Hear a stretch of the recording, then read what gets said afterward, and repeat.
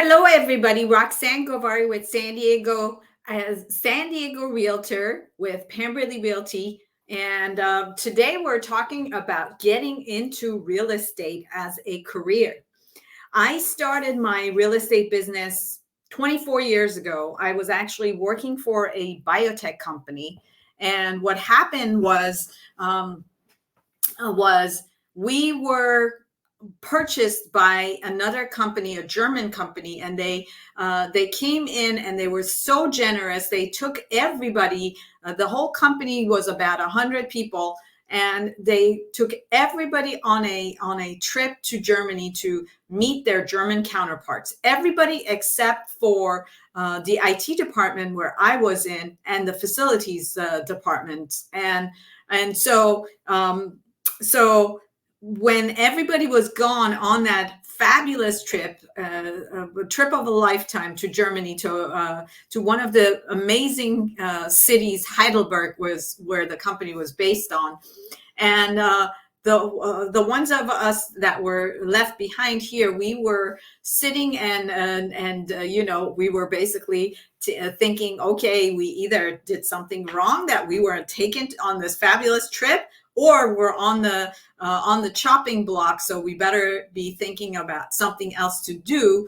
And that's how I became interested in real estate, because I was like, okay, well, I need to think of something else to do, because looks like if my head is on the chopping block and my job is going to be eliminated, I better be looking for something else. And at that point, I was my family and I, we were starting a restaurant. You may know that my family and I owned a restaurant called Sultan Banu that we held for 18 years.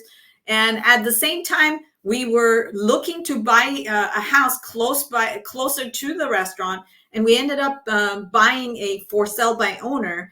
And we made out on that purchase, because I was looking for property, and even back in those days, which was in the year 2000, there was multiple offers everywhere, and every property had a lot of takers. And so I had learned about the market, and I had learned about the value of each home in each neighborhood.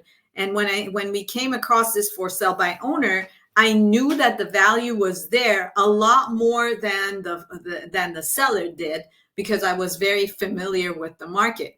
So we ended up buying the property from the for sale by owner, and then from there on, I decided, okay, this is a great field for me to get into. I can help people. I can make sure that they don't make the mistake that the for sale by owner just made by selling to us, thinking that they were saving a commission in. So he probably saved a 5% commission, but in that process of saving 5% commission, he probably lost about 20% in proceeds, because that's how much less we bought the place for. So that's how I started in the real estate business 24 years ago.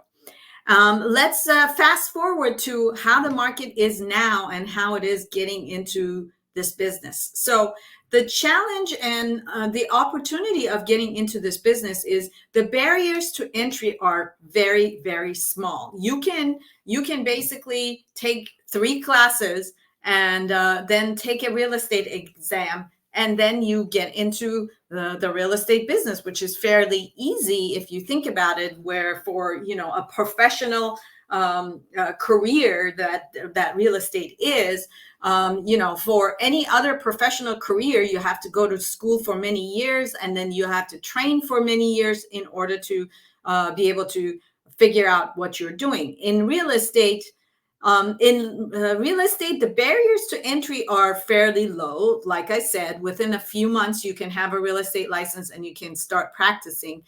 But to actually know what you're doing, that takes a lot of time and energy. And also, real estate business is a highly, highly competitive, I should say, sport, because it's almost like a sport being in real estate, but it's a highly competitive business. So when you are in real estate, you have competition coming from many different directions, and you have competition coming from many different directions at all times. And so, for example, right now we are dealing with a change in our industry where the commissions are being questioned. And commission is essentially the way that we get paid. And the reason why we get paid through commissions is because you have to put in many hours to actually see a transaction go through. And those many hours, if you were to actually count those hours and try to bill them, it would be almost impossible. So, for example, look at how attorneys do it. Attorneys, they bill their hours, and if the realtors were to bill their hours to their buyers and sellers, I think the cost would be a lot more than what is actually what we actually charge, because a lot of the times we put in a lot of hours working with buyers and working with sellers, and the sale actually does not happen. And if the sale does not happen, then we don't get paid.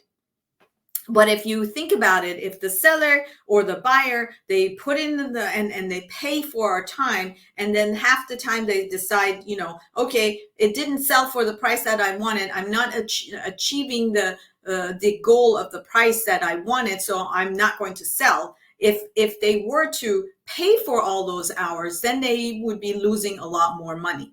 In that case, we are the losers, not the buyers, not the sellers. So there is a balance at work when the realtors are paid on with commission, where the buyers and sellers actually make out by not having to pay hourly to the real estate professional that they're working with.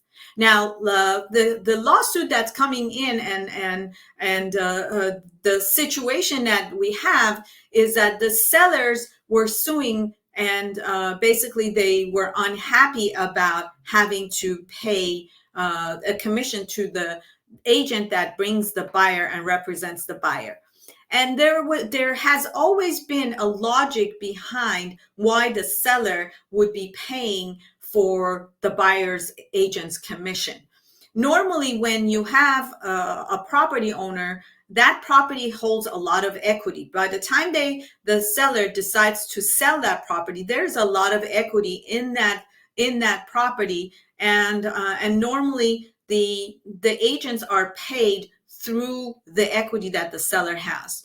The buyer always comes in, and the buyer needs to come in with a down payment in order to get into a house, and a minimum of down payment. If you are using a VA loan, you are fortunate that you don't have to put any money down. If you are if you're a first-time buyer, you can use a FHA loan, and for that you need to put in 3.5% down.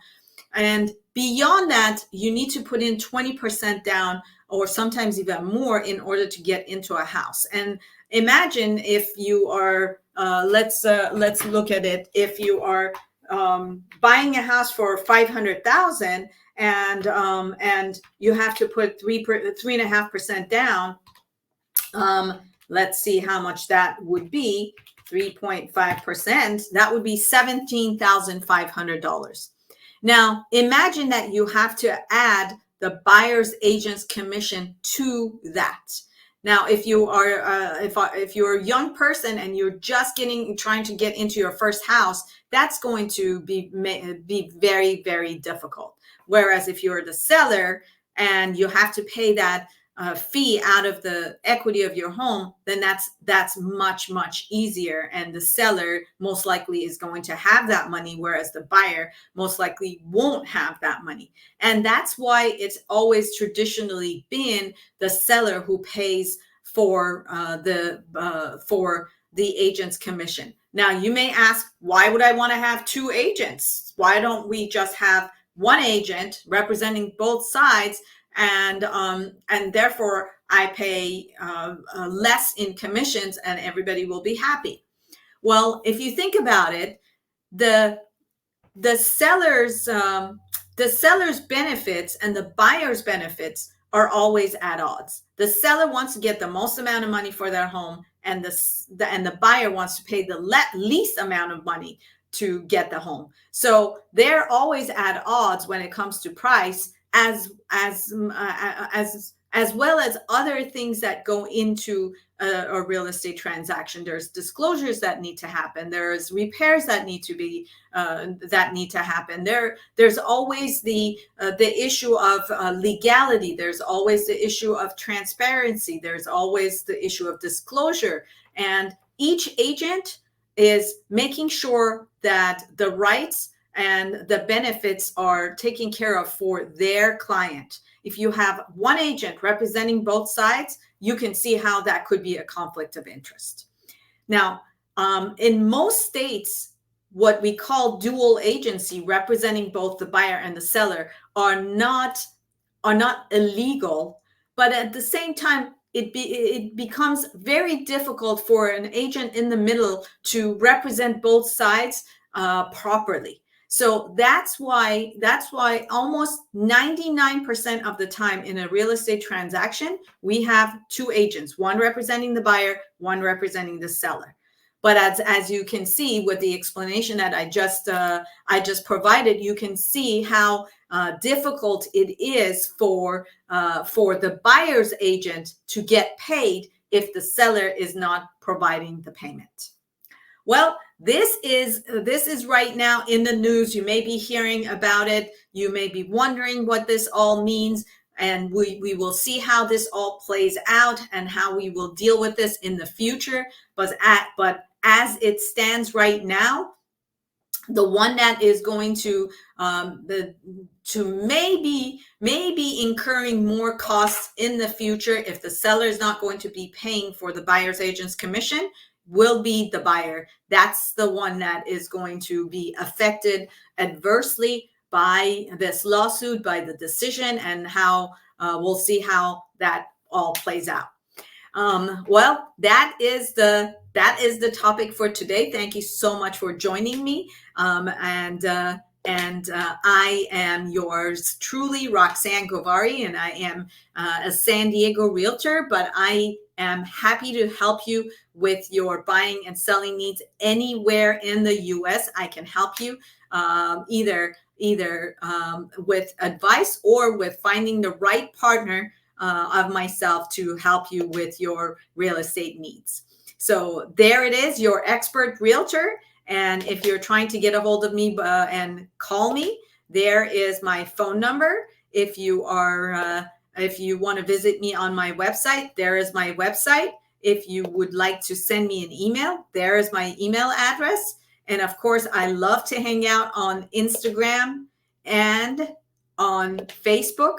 So please find me and follow me, or if you are watching this on YouTube, I always appreciate it if you give me a thumbs up. And any comments or suggestions are highly appreciated as well. And if you subscribe to my channel, you will give me a chance to bring my content to many more of your friends and family. So I really appreciate it if you can do that for me. And have a great evening, and I will see you at another episode. Have a great evening.